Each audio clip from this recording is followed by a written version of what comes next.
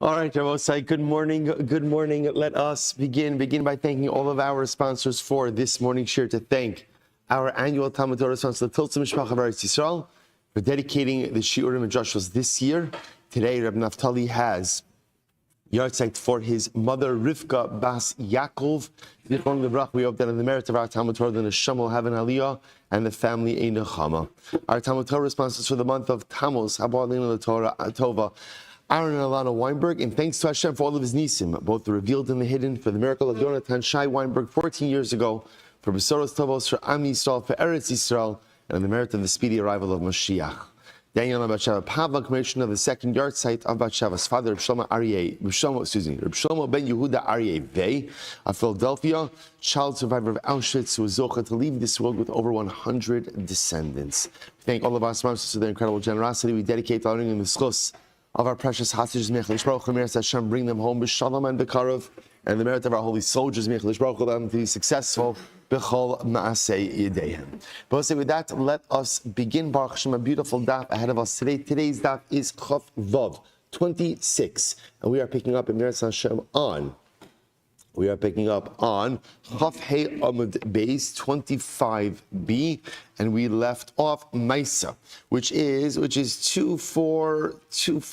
lines up from the bottom. So remember, you're going to say the last piece that the Gemara was speaking about yesterday was this idea. This is at the tail end of yesterday's daf. Was this idea that there's a travel etiquette. If one is traveling with an akum, so there is a way to go ahead and travel with an akum in order to ensure one's personal safety.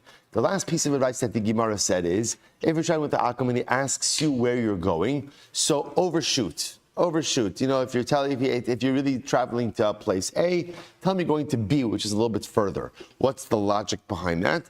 The assumption is that if the akum is going to try to harm you or to take advantage of you, he's going to wait till your defenses are a little bit down, till you're a little bit less vigilant, you're a little bit more advanced in the journey. This way, the hope is that by the time he's ready to do something negative, you're already by your destination. Who's the raya to this? Who's the proof to this? Yaakov Avinu. Yaakov said to Esav said, let's travel together. Yaakov says, to travel a little bit slowly. I'll meet you in Seir. Meanwhile, like in the Torah, where does Yaakov go? He goes to Sukkos. So the Maisa again. Now, according to the Gemara, interestingly enough, Yaakov Avinu really has no intention of going to Sukkos. What really the Gemara understands over here is that no, the Meretz Hashem, Rashi points out in the pasuk said yesterday, he's going to go to Sukkos. When is he going to Sukkos? Meretz Hashem, when is he going to Seir? When Mashiach comes, that will be it. We will take the fight to Esav when Mashiach comes, Meretz Hashem. But for now, Yaakov went to Sukkos. The Gemara tells a story. Maisa, betamid Rabbi Akiva, shehochem l'ksiv. So there's a story that the students of Rabbi Akiva were once going to Ksiv. Pagu bahen listim. So robbers, right? Listim usually are considered like armed robbers. Amr lahen la'anatem holchem. So again, the listim, just making conversation, little listim small talk. Chavra, where are you headed? So Amr lahen la'ako. So the students of Rabbi Akiva said, we're going to Akko. Listim said, so funny, so are we, right? So, let's travel with. Kevan she'yir l'chsiv, pirshu. As soon as they got to Ksiv, so Talmidim of Rabbi Akiva kind of took the off-ramp over there. So the Listim realized that they were bested by the students of Rabbi Akiva. Amr lahen Talmidim miatem. So the Listim said to the students, who's your Rebbe? Because the Listim realized ultimately, again, that obviously they were played. So they well done. Who's your Rebbe who gave you this Eitzah? So Amr lahen Talmidei Rabbi Akiva. Said, our Rebbe's Rabbi Akiva. So Amru lahen. So the Listim said back to the sons of Rabbi Akiva, Ashrei Rabbi Akiva v'Talmidav shelo paga bahen adam ra me'olam. So praiseworthy is Rabbi Akiva and his students, for no one was ever able to harm them at all. An incredible Gemara. We both say. So of course, what's dramatically overwhelming about this Gemara is Rabbi Akiva was obviously, again, was murdered brutally by the Romans. Okay, so it's incredible to see, right, this statement over here, Asher Rabbi Akiva v'talmidav shelo paga bahem adam ra me'olam. So here the listim are saying no one could ever harm Rabbi Akiva. Yet again, I'm saying this is in Yonim the Yoma. This is 3 weeks in Yonim. This is Tisha B'Av in Yonim. Yet Rabbi Akiva was so brutal, met his end so brutally at the hands of man. So Rabbi says, so perhaps really what's happening over here in this Gemara is as follows. The listim understood that Torah has a chachma, Torah has a wisdom to it.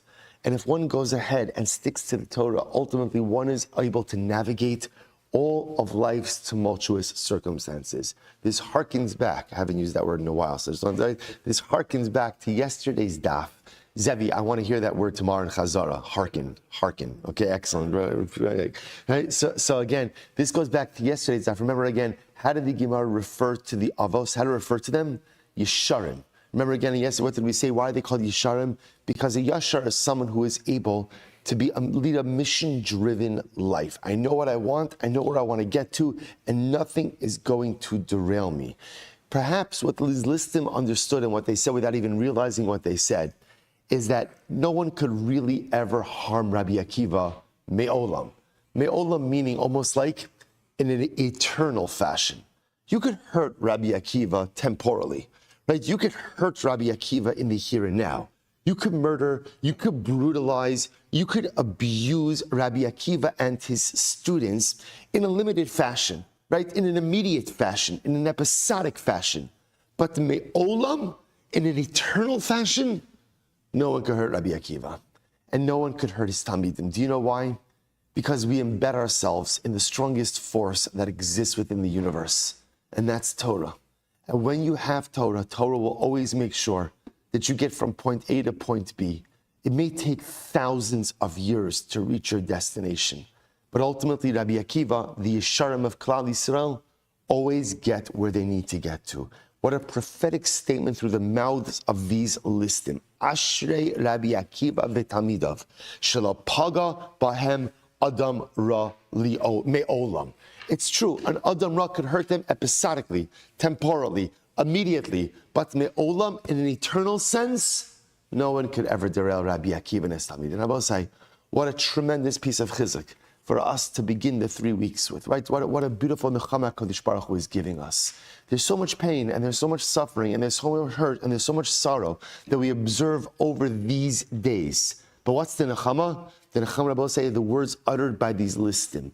We may be limping, we may be battered, we may be bruised, but no one and nothing could ever derail us for eternity. Why? Because we are the Sefer Yesharim. We are the Anshe Yesharim. We are the Talmidei Rabbi Akiva. We will always get where we need to get to, no matter how long it takes. Incredible. Weiter. The Gemara says, Rabbi Menashe hava azil lebei Tursa. Another story. Rabbi Menashe was traveling to Beit Tursa, top of Chavav, 26a. Pagu bei Ganavi. So once again, he was approached by a group of thieves. Amrulei, la'an kazlas. I said, no, where are you going? So Amrulei, la Pumpadisa. Said, I'm going to Pumpadisa. So just want to point out, the first story is an Eretz Yisrael story, right? And the second story we're going to see is the Chutz La'aretz story. It's going to be very important in just a moment, right? Because in story number 1, the students were really going to Ksiv, but they said they were going to Akko, right? Both Eretz Yisrael.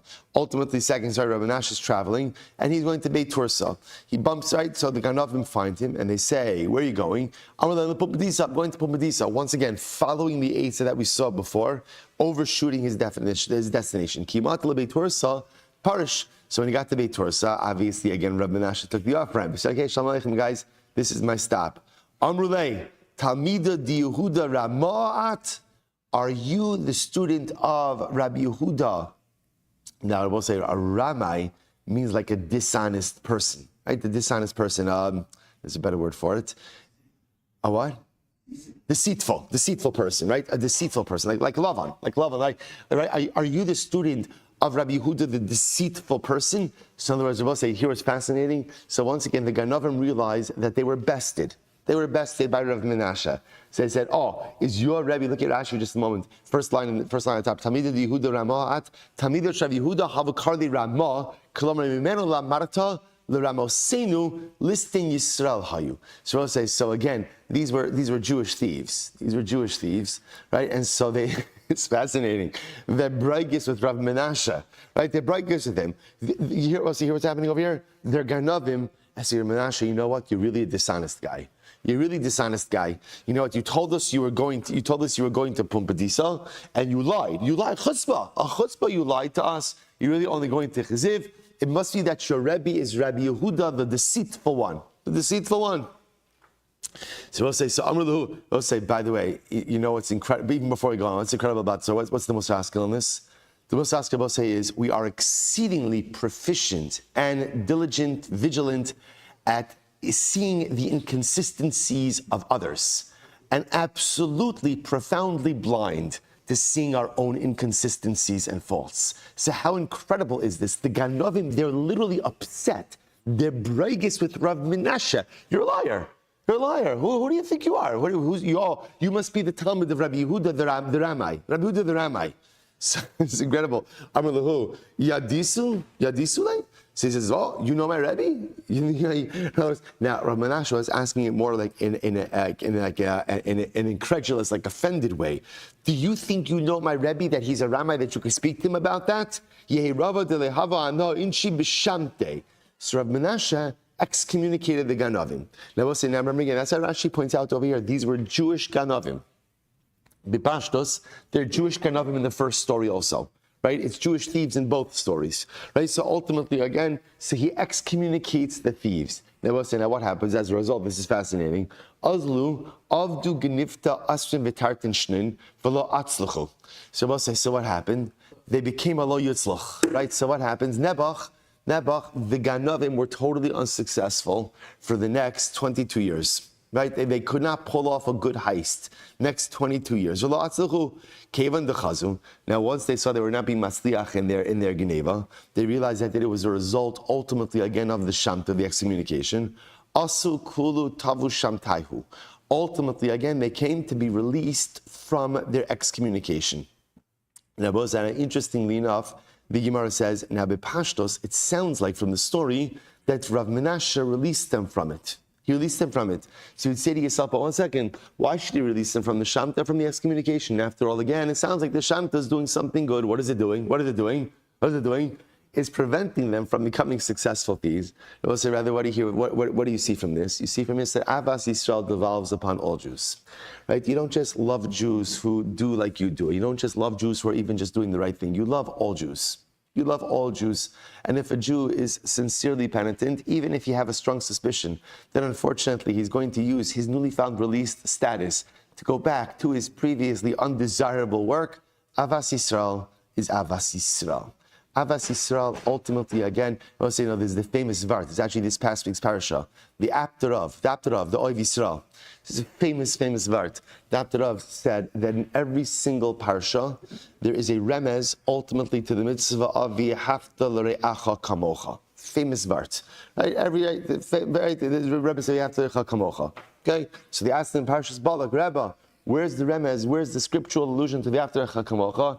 He said, it's Pashat. Vayar Balak ben Sipor Melech Moav Eis Kol Asher Asa Yisrael Amori. Rashi tables V'yehavta l're'acha kamocha. So we're like, Rebbe, we don't mean to ask any shilas, but that's not exactly Rashi Tevas. The Rebbe says, when it comes to Avas Yisrael, Nishkin shilas. You don't ask questions. If you try to look too hard into anything, Avas Yisrael is impossible. If you just love people for who and what they are, even if they're Ganovim, then ultimately Avas Yisrael becomes profoundly possible. Incredible. Rabbi Menashe releases them ultimately again from their Shamta. What happens? The Gemara says, "V'havabuhu chad girdana delo asa l'mishrei." Now, the asa l'sharuye. So there was one weaver amongst this group, who did not come to petition for release from his excommunication. Achle Aryeh, and the lion ate him. That's all I got, right? That's a lion ate him, right? See, he did not. Say, so what's the pshat? There's just so much of these Gemaras. What's the pshat? You know what's fascinating about this story? here, the weaver, right? The weaver was a ganav. He was excommunicated. It wasn't working. So understand, he understands what it is that he needs in order to improve his circumstances. Yet what? He didn't do it. How often in life do we recognize changes I need to make in order to improve my life? And yet, for whatever the reason, I don't make it. I know it has to be done. Sometimes people think like, oh, it's so, if only I could figure out what I need to do in order to become the best version of myself, what I need to do really in order to improve my life and in order to improve myself, as if it's like some type of esoteric mystery that I need to meditate on a mountaintop for 43 days. No, I don't. I know exactly what I need to do. I know exactly how I need to do it. I know the changes that I need to make. What's the problem? I'm just not willing to do it. Well, if I'm unwilling to make the changes and I'm unwilling to do the things I need to do to make myself a better person, to make my life a better life, you know what ends up happening? You get devoured by your circumstances. Your circumstances just swallow you up. Perhaps that's the pshat. Achle Aryeh. See, there's this weaver. He's now a lo yitzlach, right? His geneva is not working out. Why? Because he's under this excommunication. Well, go and have your excommunication rescinded. But for whatever the reason, he refuses to go. When you refuse to take the necessary steps to better yourself and to better your life, at some point in time, your circumstances simply devour you. The lion eats you. The lion representing his circumstances simply swallow you up. If you're unwilling to make the necessary changes, you will get swallowed up by the compromised nature of your life. So the Gemara says, Vaita. The Gemara says, Hayu Darmi Inshi. This is what people say, Girdana de lo taizon, shasa batsir mishni. Literally translated, the weaver who is not humble ultimately will live a shorter life. So we'll say the idea being over here, pretty incredible. The idea being over here that because the Gemara attributes the weaver's unwillingness to come to Rav Menashe as a lack of humility.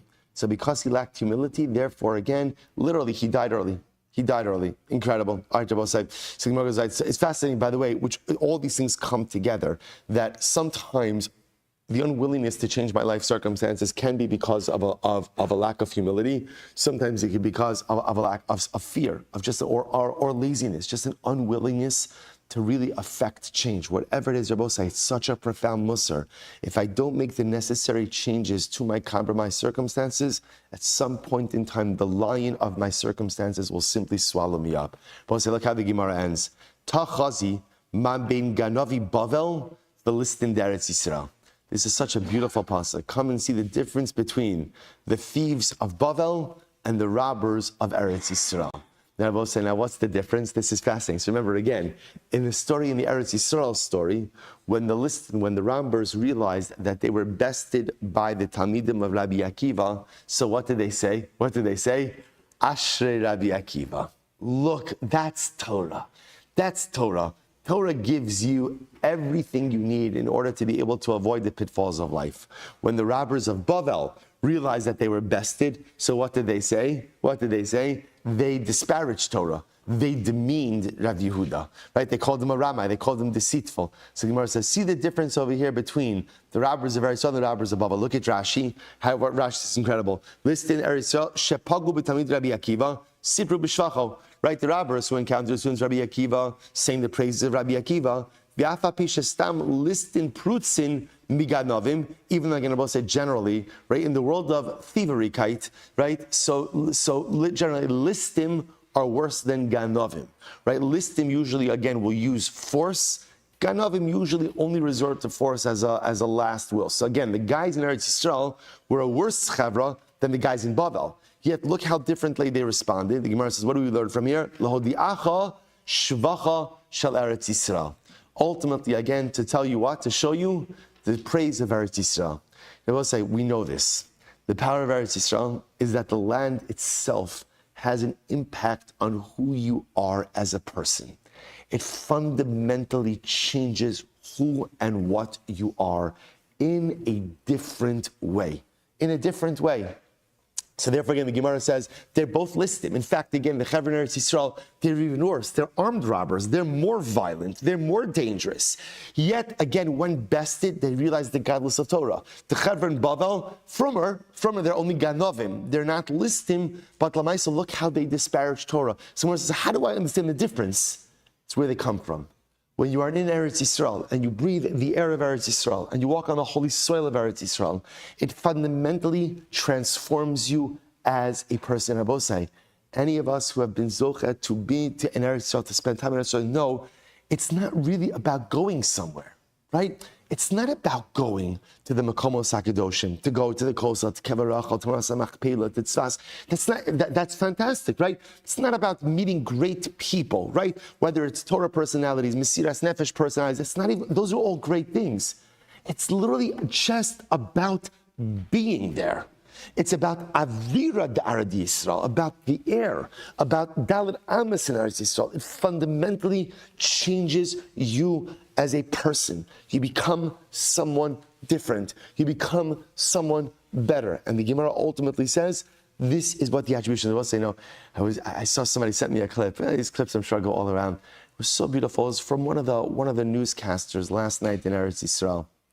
And this young woman, newscaster, and so she's like in the evening segment, and she looks down. She says, "Achshav nigmar hatzom," literally on air. Baruch atah Shalom Kilo Melech Haolam, Shakol niyeh b'dvaro. I don't know who this woman is. I don't know. She might be a who knows. There's something different. There's just something fundamentally different about our ancestral homeland that you cannot replicate anywhere else. In the greatest shul, in the greatest base medrash, in the greatest Torah community, there's an intangible that you cannot replicate anywhere else. The Gemara says, and it's so profound, and it permeates in such an incredible way that it impacts even the lowest of the low. Even the robbers of Eretz Yisrael are impacted by the Kedusha of the land in a way that the robbers of Chutz La'aretz are not. Incredible. Mishnah. Bas Yisrael lo telei es avodas kochavim. Mepnei shemiyaled es ben lo v'kacham. So we'll say some interesting halachas over here. Interesting halachas. So ultimately, a Jewish woman should not help an Akum woman birth. She shouldn't be like a midwife to an Akum woman. Why? Because she is birthing a child for avodas kochavim. In other words, she's helping to increase the Akum population. Aval avodas kochavim miyaledes bas Yisrael. But an Akum woman could help to be a midwife for a Jewish woman. Okay, we'll see why that is. Bas Yisrael osanik b'nashal avodas kochavim. Similarly, again, a Jewish woman should not nurse the child of an Akum woman. Aval avodas kochavim menika b'nashal Yisrael birshusa. But an Akum woman can nurse the child of a Jewish woman as long as she's nursing the child in the home of the Jewish woman and not in her own home. Rashi points out over here, because if it's in her own home, there could be a concern that she may take the life of the child. Okay, so let's analyze. So Tonabanon, Bas Yisrael lo tiyaled esa ivri esa ovedes kochavim meishem yaled es ben ovedes kochavim. So first of all, we'll say, as espoused in the Mishnah, is that a Jewish woman should not act as a midwife to an Akum woman. Why? Because she is actively facilitating the increase of the Akum population. Va'ovedes kochavim lo tiyaled es Bas Yisrael. By Novedes Kochavim. So we'll say this Bryce, I just want to point out, is at odds with the Mishnah. Right? So far, first statement is the same, right? Both the Mishnah and the Brysa both say that a Bas Yisrael, a Jewish woman, should not act as a midwife to an Akum woman because she is thereby facilitating the increase of the Akum population. That's halacha 1. Halacha 2 is at odds with the Mishnah. Va'ovedes kochavim lo tiyaled es Bas Yisrael mevnei shechashudin ashfichus damim divrei Rabbi Meir. Rabbi Meir says, however, an Akum woman, similarly again, an Akum woman should not be a midwife to a Jewish woman. Why? We're concerned she's going to take the life of the baby. So she's going to take the life of the baby. That's Rabbi Meir. The Chacham say no. Ovedes kochavim miyaledes es Bas Yisrael b'zman she'achelos omdos al gaba. The Chacham say no, not true. As long as there are other people there during delivery, so the Ovedes kochavim, the Akum woman, could midwife for the Jewish woman because there are others standing there. Therefore, again, the Akum woman is not going to do anything to Chas Hashem take the life of the baby. Okay? Avalo beino lebeina. But however, again, a Jewish woman cannot use an Akum woman as a midwife if it's just the two of them. Okay, Rabbi Meir says, Afilu achiros omdos al gaba namilo. Rabbi Meir says no. Rabbi Meir holds fast. Rabbi Meir says under no circumstances can an Akum woman serve as a midwife for a Jewish woman. Why? Even if there are other people there in the delivery room, the zimnin deman chale yada afusa the katlale. Because sometimes what could happen, the Akum midwife could put her head, literally translated means put her head on the forehead of the baby, which essentially means to manipulate the soft part of the skull and kill the baby like that. Chas v'shalom. And no one will see what's happening. So therefore, we'll say Rabbi Meir holds fast. So we'll say, so I just want to point out, in the Mishnah paskin that novedes kochavim, an Akum midwife can deliver for a Jewish woman, could help a Jewish woman deliver. In the Bryce and Hatzam Machlokes Rabbi Meir and the Chachamim, Rabbi Meir says absolutely not. The Chacham say yes, as long as there are other people there together with the Akum midwife. Okay, now the Gemara tells a story. Kiyahi isisa. So both say so. Rabbi Meir is of the opinion that under no circumstances can you utilize an Akum midwife, because we are concerned that even if halacha l'maaseh there are other people there in the delivery room, she's gonna pull shtick chas v'shalom and kill the baby. So the Gemara tells a story. Kiyahi isisa darma lechaverta. So we'll say there was once a story of two Akum women who got into a fight. And what happens? She said to her, she said to her friend, I guess her frenemy, Molda Yehudaisa, Bas Molda Yehudaisa. So this was her insult. She said, you Jewish midwife, the daughter of a Jewish midwife, which in other words, are not really Jewish midwife, you midwife to the Jews, the daughter of a midwife to the Jews. So apparently, this is good to know, like in Akum circles, that's a shtach, right? So like, again, you never know when you might need this, right? So the Maisa again, so you midwife to the Jews, the daughter of a midwife to the Jews. So what happens? The other lady responded, Amrale, nafishin bishta dahi isasa, I wish upon you as much curse to kamashpilna minayhu dama ki ofya dinara. Our God should visit as much curses upon you as the number of Jewish babies I have killed. Right? These are two midwives who are arguing with each other, because I have spilled more Jewish blood like a river. Now this was the conversation, this was the fight between two Akum midwives who apparently had assisted Jews. So one of them insulted the other, you midwife to the Jews, or daughter of the midwife to the Jews. The other one says, oh really? Our God should visit as much curse upon you as the amount of Jewish blood that I've spilled by killing babies during delivery. So what do you see from here? That apparently Akum midwives pride themselves on spilling Jewish blood. So Rabbi Meir says, you see, this is why I hold that halacha l'maaseh under no circumstances can you utilize the services of an Akum midwife. Well, the Rabbanan says, Rabbanan Amrle lo hiba milsa ba'amahu de kimta. They were just talking. People get a little, midwives, they get a little hot under the collar, right? So Lamaisa, again, they were kind of just going at it with each other. They were insulting each other. Sometimes when people insult each other, they employ a bit of hyperbole. So for the Gemara understands over here for this to be a bit of hyperbole. Okay, fine. Shavuot says, so just to point out over here, this is important. So we are left over with our machlokis and the brisa. So everyone is going to agree that a Jewish midwife cannot birth Akum children because she is increasing the Akum population. Can a Akum midwife help to birth Jewish babies? Machlokis Rameir says absolutely not. Chacham say yes, as long as there are other people there, so that the Akum midwife will not chas v'shalom take the life of the baby. Okay, let's go back to Bas Yisrael Lo Tanik. Similarly, again, the Mishnah said that a Jewish woman may not nurse an Akum baby. Tanabanon. Bas Yisrael Lo Tanik Pinasha Ovedas Kochavim Bebeishim Megadeles Ben La Oved Kochavim. That will come. So as we said before, so ultimately again, a Jewish woman should not nurse the child of an Akum because she is thereby increasing and enhancing or increasing the Akum population. Va'ovedes Kochavim Lo Sonik Es Binashal Bas Yisrael B'nei Shechashuda Al Shvichos Dam Remer. So we'll say so now. Remember again, in our Mishnah, the Mishnah said a Jewish woman is not permitted to nurse an Akum child, but an Akum is permitted to nurse a Jewish child as long as she's doing it in the rishus of the Jew. Now the Brisa records a machlokes. The Brisa says Rabbi Meir holds that under no circumstances can an akum go ahead and nurse a Jewish child because there's a concern of bloodshed. V'cham say, oh, menika, first white line, menika espino shabas yisrael b'zman shacherus omdos al gaba. Avalo beino lebeina. So the Chum say no, not true. The Chum say that novedes kochavim can nurse a Jewish child as long as what? As long as there's someone else who is present. As long as there's someone else who is present. Right? But if it's just the two of them, then ultimately we are concerned that the akum is going to take the life of the Jewish child. Right? Meir says no. Afilu acheros omdos al gaba namilo. Not true. Right? Meir says even if there are other people there at the time when the akum is nursing the Jewish baby, she still can't do it. Why? Zimnin the shayfala samala dadme avroi v'katale. Because perhaps the akum woman, the akum wet nurse, will smear poison on herself before she comes in to nurse the baby. The baby will go ahead and nurse and ingest the poison, and no one will ever know because they won't see what the akum woman did. So we'll say, so therefore, again, fundamental machlokes. So therefore, the machlokes and Rabbi and the Chachamim really applies in two cases. In case number one, was ultimately in the case of the midwife.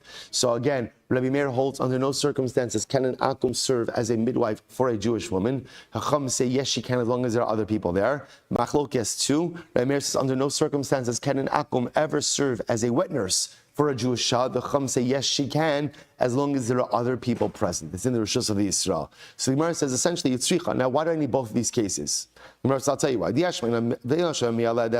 If we would have just said the case of the midwife, so I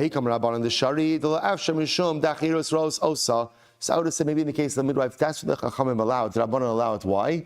Because usually there are other people there.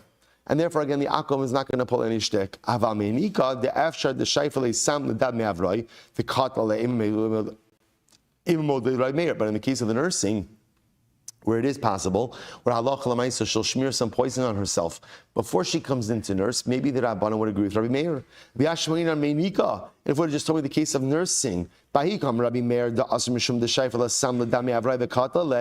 case of the nursing, that's the right nurse. That's Rabbi Meir says that it's aser. Why? Because she could smear some poison on herself. The low afshar the hechadacherus omdos al gaba. But in the case of the midwife, where there are other people there, so if the other people there, she's not going to pull any shtick. I would think that a mayor agrees with the Rabbanan. Therefore, tzricha. Therefore, I need both cases to teach you that no, the machlokes mayor and the Rabbanan applies both in the cases of the midwife as well as in the case of the meinekes, the wet nurse. Incredible. So, where is the kasha? Where is the kasha? Yehudis mialedes ovedes kochavim beschar avalo bechinam. So I will say this is very interesting. So the Brisa says now as follows. A Jewish midwife can assist an akum if she is paid. If she's paid for her services, but ultimately, again, not for free. Amar Rav Yosef, why is that? Because here's the concern. When someone asks you for a favor, it's easy enough to absent yourself from the favor by making something up. Right? I have to go to work. If someone's willing to pay you for your time, it's much more difficult to absent yourself. So the problem, so Rav Yosef is suggesting over here that when the Mishnah, that when we say that a Jewish wife cannot birth an akum, when is that? When it's for free. But if there's an offer for payment, she's allowed to comply, because if she doesn't do so, Ava, that is going to cause animosity between the Jew and the akum. And again, we both say with Ava, that could result in certain enhanced or increased danger for the Jew. So Savra Rav Yosef Meimar, Alude Ovedes Kochavim Bishabsa Bischar Shari Mishum Eva. So Rav Yosef said, is that so? Again, is that so? Originally, Rav Yosef thought this even meant, does this mean that a Jewish midwife could even help to birth an akum even on Shabbos? Even on Shabbos, which Rav Yosef for the midwife could entail Chil Shabbos as well, if she's being paid for this. No. Because she can always say to the akum, didan demintri shabsa mechalian alea. Didachal de lo mintri shabsa lo mechalalina. So this is fascinating. It's not true, Bosai. A Jewish midwife cannot be mechal Shabbos for an akum patient. Right? Why? What about Ava? Since the Gemara says, how do you avoid Ava? Explain it. I'm allowed to go ahead and violate Shabbos for another Jew who observes Shabbos. But for you who doesn't observe Shabbos, ultimately I can't violate Shabbos.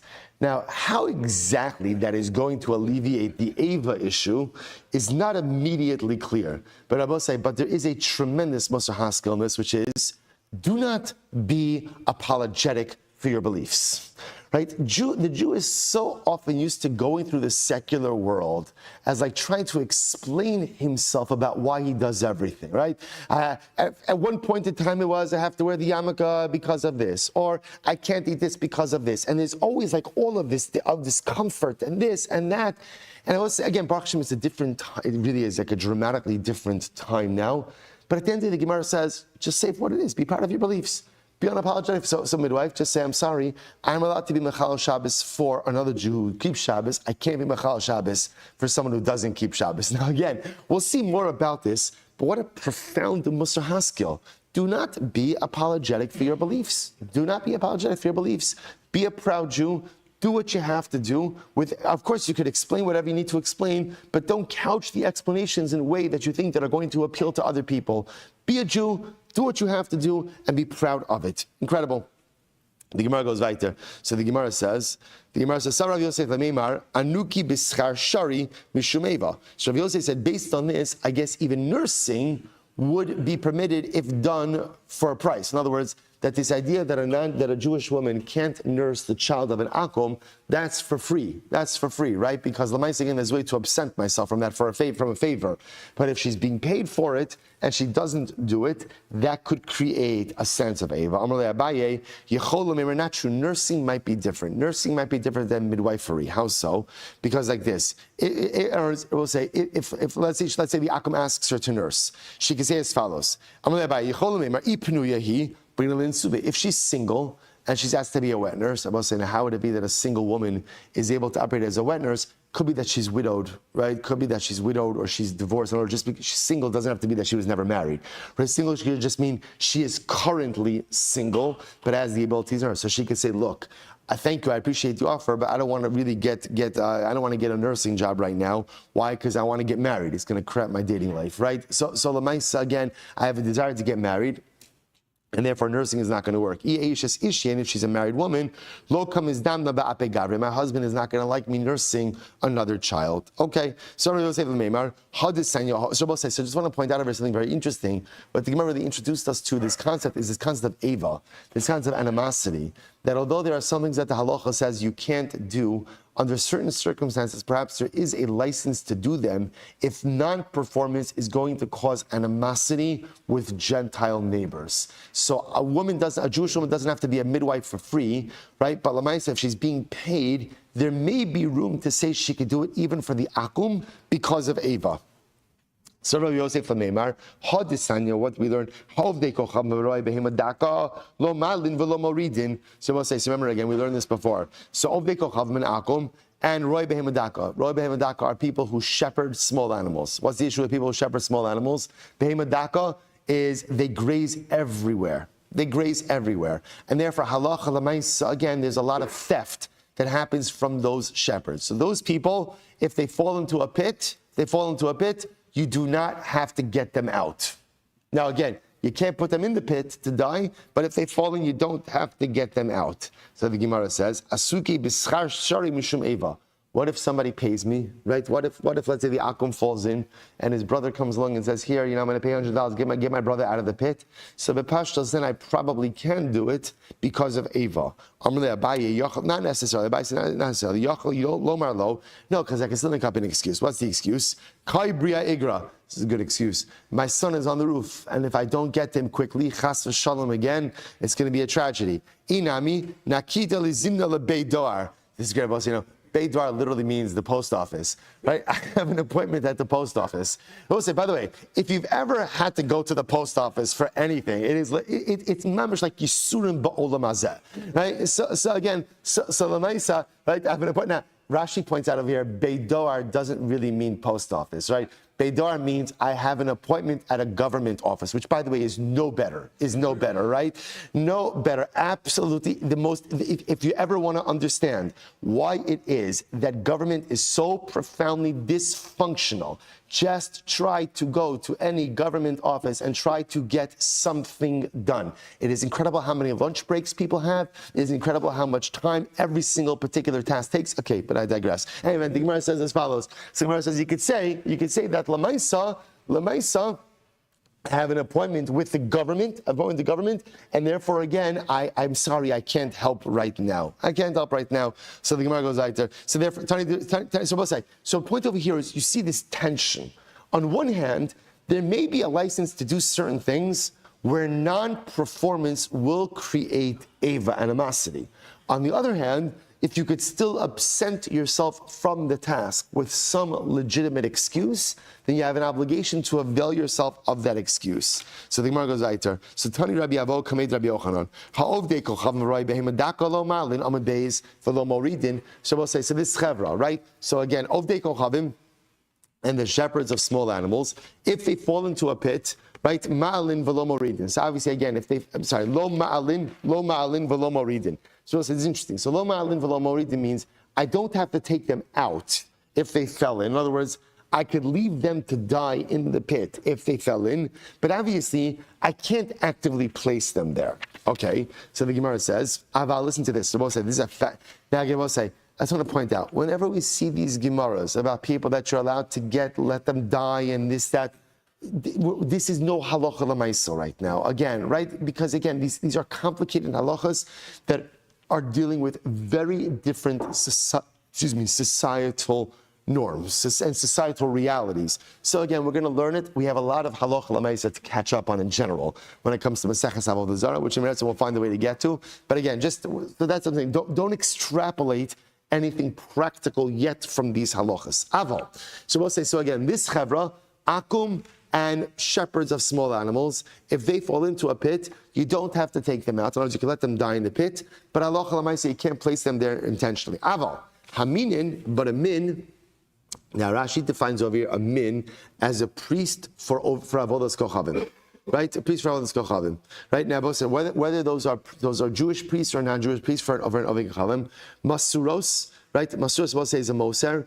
These are individuals. These are Jews who hand other Jews over to the government. Now we'll say, now again, Rashi points out to them, malshinim l'sheker hamosim l'chaber miat avdei kochavim anasin. These are Jews who purposely exploit other Jews, often lying about those Jews to the government in order for financial gain. For financial gain. This is Moser. Again, I will say that term Moser is very often misunderstood and misused and misapplied to many different contexts. That's what we're going with Rashi's understanding over here. Jews who unscrupulously and erroneously hand over other Jews to the government for their own financial gain.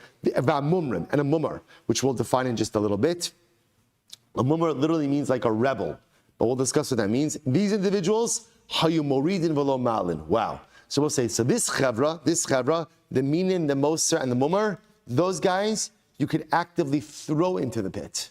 You could actually throw them into the pit, and obviously if you could throw them in, then obviously what? If they fall in, then what? You don't have to extract them. So the Gemara says, Amalei, ani shona, but 1 second, he said, I learned, l'chol avedas achicha, when it comes to hashavas aveda, right? Anything your brother loses, you have to go ahead and return. L'rabos, es hamumar. This comes to include the mumar. That even if the mumar loses an object, I have an obligation of hashavas aveda. They both say. And if you have an obligation to return the lost object to the mumar, then it kind of goes without saying that's what? That you can't actively kill him.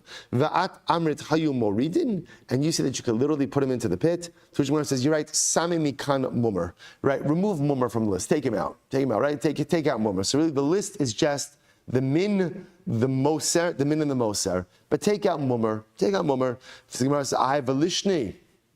Velishni, why don't you explain differently? Velishni lay, kan b'mumar ochel nevelos l'te'avon, kan b'mumar ochel nevelos l'hachis. So we'll say, so ultimately, again, there are different kinds of mumrim, different kinds of rebellious Jews. There's what's called a mumar who rebels against Hashem, l'te'avon, for his own pleasure. So this is a person who is public about his averos. But why is he doing averos? Why?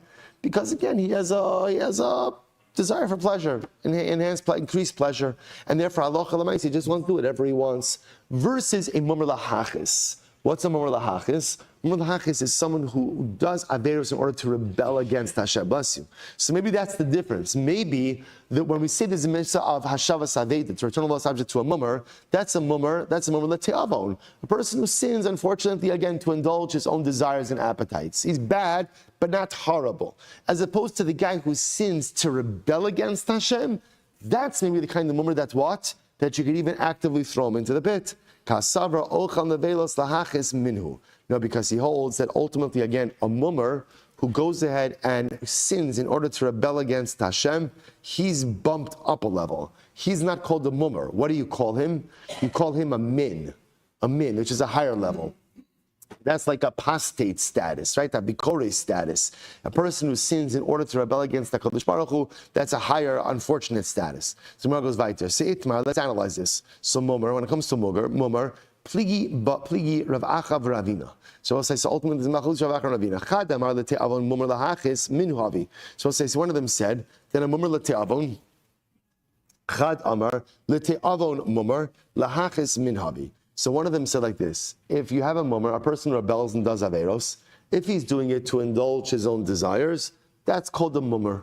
But if he does so in order to rebel, that's called a min. Now, I will say that this is very important, right? This is not just academic over here. The category, the classification is very important because you see they're treated differently, right? A min, you could actively throw him into the pit. A mumar, you cannot. We removed him from the list. So therefore, again, the first opinion says that someone who sins for the sake of his own pleasure, he's called a mumar. Someone who sins for the purpose of rebelling, he's called a min. The second opinion says no. Even someone who sins for the purpose of rebelling, ultimately, again, that's also called a mumar. So what's a min? We go back to a min would be someone who's like clergy for Avoda Zara, right? If you're just not like an episodic worshiper, but your mom is like clergy, right? You've even got like your clergy parking pass over there for Avoda Zara. That's a min. That's a min. So the Gemara says, good. Ela ezehu min. So what is a min? Zeha oved elidei kochavim. This is someone who worships idolatry. So the min will be an oved kochavim. Good. So what says there for fundamental machlokes and the definition of a mumar. So may say where is the kasha achol parush echad or yitush echad hareze mumar. If a person goes in and eats a flea, right, or eats a gnat, that's a mumar. That's a mumar. I the Gemara was saying the katani mumar. Now boss in pashtos, someone who goes ahead and eats a flea or eats a gnat, why is he doing it? The Gemara assumes over here, why is he doing it?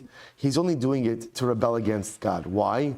Because no one ever says, you know what, shellfish maybe, a cheeseburger maybe, right? But Lamaisa like, I always wondered what a gnat tastes like or what a flea tastes like. The only one reason why a person could be doing that, and that's ultimately again to rebel against HaKadosh Baruch Hu. But katani mumar, so you see from here that even someone who doesn't have air to rebel is called a mumar. Tushimar says, no, hasam baila mitam tamidi sur. Not necessarily true. Could well be that sometimes a person just desires to see what Isser tastes like. Something prohibited tastes like, and therefore again, Allah is not necessarily lahakis. Amar hayu moridin avalo ma'alin. Ultimately, for these individuals, they would ultimately again hayu moridin avalo ma'alin. They would put them into the pit, but you do not bring them out. So that doesn't make any sense. Hashta achusi machtinon asuki mibai. So I understand if you're allowed to put them into the pit, then obviously, again, why do you have to say that you don't take them out? Rav Yosef Parchama Rav Sheshes Lo Nitzucha Shem Haisa Maila Babar Megarara. So also what this means is as follows: that if you placed one of these aforementioned chevra in the pit, let's say the pit ultimately had a step leading out of it, you can go ahead and knock out the step. You can knock out the step. Why? Because you could do it with an excuse. In other words, you could do it in a nuanced way. V'amar I'm afraid that because there's a step there, ultimately what's going to happen? My animal is going to descend in. So what am I going to do? I'm going to erase the step, knock out the step in order to safeguard my animal. So ultimately, again, both sides, the idea over here being that certain individuals, once they're in the pit, not only could I put them in the pit, but I could even in a nuanced way remove their manner, what is it, egress, right? I could go ahead and remove the egress. Again, as long as I have some type of context that doesn't look like I'm actively killing them, then hopefully that's fair. So we'll stop over here for today. I mean, it's a little bit kind of in the middle of this discussion, but so we'll pick up with this tomorrow. Tomorrow we also have to really clarify and concretize our categories, right? Because I said, okay, tomorrow's I was going to say a shorter amount of days. We're fine. We'll say tremendous shkoyach. All right, Chevron Zoom. Have a great day, everyone.